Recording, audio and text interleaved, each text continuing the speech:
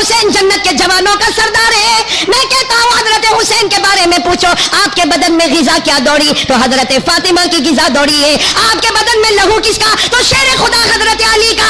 آپ کے سر پر پرورش کا ہاتھ آقا محمد الرسول اللہ صلی اللہ علیہ وسلم کا جو نبی کے نواسے ہیں, جو جنت کے پھول ہیں. نبی کا تھوک مبارک ان کے منہ میں گیا ہے, نبی نے ان کے بدن کو بوسے دیے ہیں, نبی پاک نے ان کو جوانوں کا سردار جنت میں بنایا ہے. حضرت فاطمہ کے بیٹے ہیں, حضرت علی کے بیٹے ہیں, اور نبی پاک صلی اللہ علیہ وسلم کے نواسے. اتنے ریکارڈ کے بعد بھی فرماتے, اتنے ریکارڈ کے بعد بھی فرماتے میں جان دے سکتا مگر میرے نبی کی نماز کو قضا نہیں کر سکتا. ساتھ میں بولو جان. اچھا حضرت حسین آج ہے بولو. نظر نہیں آتے وہ الگ بات ہے, لیکن کوئی بھی شہید مردہ نہیں ہوتا. ساتھ میں بولو کوئی بھی شہید, میں نہیں کہتا قرآن کہتا ہے کوئی بھی شہید مردہ نہیں ہوتا, اتنا زندہ ہوتا ہے. ہم سے زیادہ زندگی اس کے پاس ہوتی ہے. صبح ہوتی ہے, شام ہوتی ہے, جنت کا دسترخوان اس کی قبر میں بچھایا جاتا ہے. یہ کس میں لکھا ہوا ہے؟ میں نے بولا کس میں لکھا ہوا؟ سب بچے پڑھیں گے میرے ساتھ میں.